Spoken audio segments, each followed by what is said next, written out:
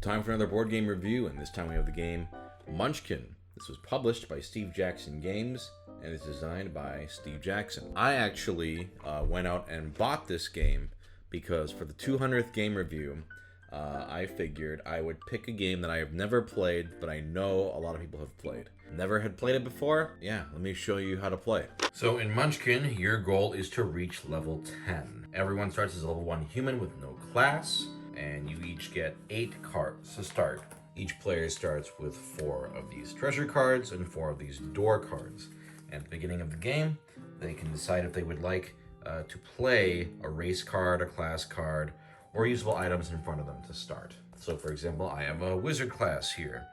He can do a flight spell. You may discard up to 3 cards after rolling a die to run away. Each one gives you a +1 bonus to flee. Charm spell, you may discard your whole hand to charm a single monster instead of fighting it. Discard it and take its treasure, but don't gain levels.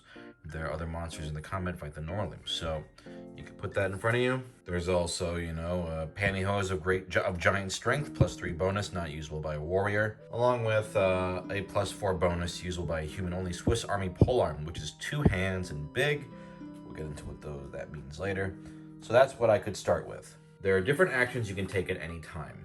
For example, you can discard a class or a race at any time. You can play a go up a level card, like this, like bribe GM with food. You get to go up a level. One thing the game does not include, which is a little annoying, is it doesn't give you tokens for levels or anything like that. So you'd have to keep track of that with tokens or something. You can also play curses on other people. Like this curse would make another player lose a level. Or curse, change sex, -5 to your next combat due to distraction. After that, there's no further penalty. However, the change is permanent. Now, what does this mean for non-binary people? Who knows? This thing is a little dated. Some of the cards in here are, quite frankly, a little dated. You can also do actions like trading items with another player, change items you have equipped, and play cards you've just received. And then the actions you can do on your own turn only: play a new class card or race card, sell items for levels, and play an item. So on your turn, the first thing you do is you kick open the door. So you flip over the top door card. In this case, let's pretend it was a monster. I'll pull out a monster. Like this level 14 stoned golem. You may choose whether to fight the stoned golem or just wave, walk past, and let him keep his treasure. Exception: halflings look tasty and must fight. Now, if I decided to go into combat with a monster, what I have to do is compare my combat strength. So right now, I'm level 1, plus my modifiers, which in this case are 3 + 4. So I have a combat strength of 8. So it would probably be a good idea to ignore this stoned golem, but let's pretend I decided to go into the fight. If monsters are drawn at the start of your turn, you have to fight them immediately. There are also certain cards that can enhance monsters that other players can play. And also some cards, like a wandering monster card, can send other monsters in the fight. If you do that, you gotta fight the combined total of their levels. So, if you cannot win this combat, which in this case I cannot, you can choose to ask another player to help you. Only one player can help you, and if you do, you add your combat strength together. So let's say another player was level 7, and they're like, yeah, I'll help you. You guys combine your level and your bonuses, you have 15. Now, in order to entice somebody to help you, this stone golem will give you 4 treasures if you beat it. You could be like, hey, I'll let you take 2 treasures of the 4, and you get first pick. You can sort of negotiate how, the reward you'll give them for helping you. So, if you defeat the monster as a pair, you get the 4 treasures. You also level up. Every time you defeat a monster, you level up. So you would be level 2. Again, it'd be great if there was a marker, but there is not. If you kill the monster alone, you get these treasures face down, but since you didn't, you put them face up. And then you would have, if you promise your friend 2, they would get first 2 choices, and then you would get the 2 items left. If nobody will help you, or if you just can't win, you must run away. You roll the die, and if it was a 5 or more, you escape. This is not that. So in that case, something bad will happen. If you do run away, you don't get any levels or treasure, you just escape. If you fail to run away, like what just happened, this stoned golem here he just eats you. You're dead. If you're fleeing from multiple monsters, you must roll separately to escape each one. If 2 people are cooperating, they must both run away and roll separately. If you die, you lose all your stuff. You can keep your classes, your races and level, and any curses that were affecting you. But your other items are lost. Now, what happens then is you lay out your hand besides the cards you had in play, and everyone else, starting with the highest level player, can choose a card to take. If there's a tie, you roll the die to break a tie. Once everyone steals a card from your corpse, you discard the rest, and you are dead. When you begin your next turn, when the next player begins their turn, your newly revived character appears, and you start from scratch. You draw 4 cards from each deck, and you're back in the game. So that was all combat, and that happens if you draw a monster. But if you draw any other card, like for example, if you draw a curse at the start of your turn, the curse instantly applies to you. Like one of these, if I drew this, curse, lose a small item. Choose 1 small item to discard, and that happens immediately. Any other card can just go straight into your hand. Now, the next phase of your turn, after you draw your top card, is you can either look for trouble or loot the room. If you fought a monster in the first phase, you skip this phase. But if you didn't fight a monster, you can look for trouble or loot the room. So if you look for trouble, if you have a monster in your hand, like Mr. Bones here, you can choose to play it and fight it. Just make sure you don't play one you can't beat. This guy's tagged undead. If anyone has an undead monster in their hand, they can help other undead by playing them in front of it. But let's say nobody does, then you just see if you have more than level 2. If you do, then you defeat it and get a level, and in this case, a treasure. If you must flee, you would lose a level even if you escape, and then bad stuff, if you failed, his bony touch costs you 2 levels. The other option you have, instead of playing a monster, is loot the room. You get to draw a second card face down and just place it directly into your hand.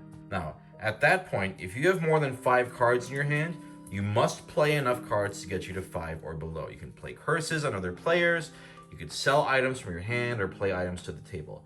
If you can't reduce your hands to 5 cards, or don't want to, you must give the extra cards to the player with the lowest level. So those are the 3 phases. Kick open the door. If it's a monster, fight it immediately. If it's a curse, you get cursed.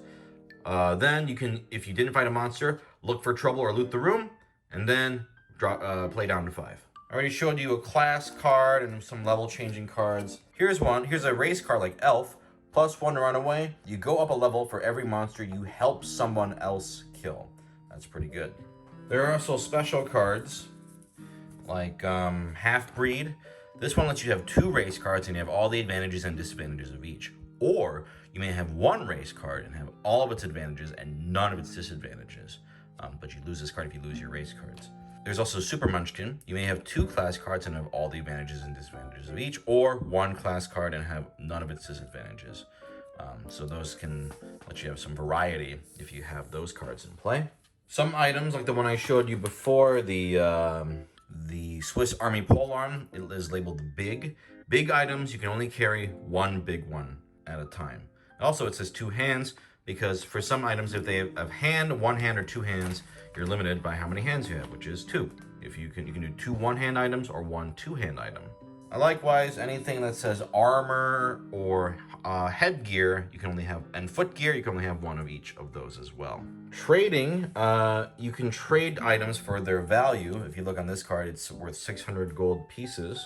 So you might be like, all right, at any point, you can discard items worth a value of at least 1,000 gold pieces and immediately go up 1 level. If you can do up to 2,000, you can go up 2 levels at once, and so on. You can also use items to trade with other players. Here are some examples of some treasures, like the boots of running really fast. It's a footgear, so you only have 1 of them equipped, gives you +2 to run away. Here's a 1-hand item, +3 bonus, usable by thieves only, Dagger of Treachery. A slimy armor is +1 bonus, it's an armor piece. Potion of Confusion is a 1-use item. Play during any combat, +3 to either side, usable once only. And then again, if you have curses in your hand, you can also play them. We showed you some earlier, like the lose an item one or the change sex one. You can play those on other players. And that's actually pretty much the game. You equip items to your character, get classes and races, power them up. Each time you kill a monster, you go up a level. You're just going up to level 10. And then you can trade items, sell items, make deals with other players to help you in battle, do nasty things to each other. And that's pretty much the game. So I know this game is super well known, but I honestly wasn't sure what to expect from it. Considering how light the game is, at its core, you're just leveling up and you gotta be stronger than monsters and beat them. Getting a grasp on it at first was a little fiddly, like surprisingly so. Just because there were like these weird little exceptions, like, oh, you can do this, but make sure you don't do this and that. It doesn't help that the rulebook is pretty disorganized in terms of how it gives you this information. I feel like it will say something and be like, oh, look on page 5 for more information. It's like, just give me the information now. Otherwise, it doesn't make any sense. So it was actually kind of like a rough start. But once I realized this is a game that's essentially all about dicking over your friends, then I had fun with it. I really like in negotiation games and ones where you can kind of make deals with people to mutually benefit each other, or threaten them and be like, hey, like, I'll play this card against you, and then you give me this little something and maybe I won't do it, or maybe I'll help you. I can play this card to help you, but I need a reward. This game definitely lets you run rampant with the deal making, and that's really where the meat of the game is. Because the cards are very silly and random, and can be very swingy. It's what you decide to do with them in conjunction with the other players. That's where the real meat of the game was for me. It's a little rough around the edges in its rule set. Some of the humor is a little eye-rolly, and some of the cards are honestly kind of dated. It doesn't feel super balanced, but that last part is okay, because it's kind of the point of this game. It's a silly, be mean to your friends game. You get goodies and use them and level up. I do understand the appeal of the game now. Like, I think it's rough around the edges, but I actually had a good time with it, even though it was a little fiddly at first.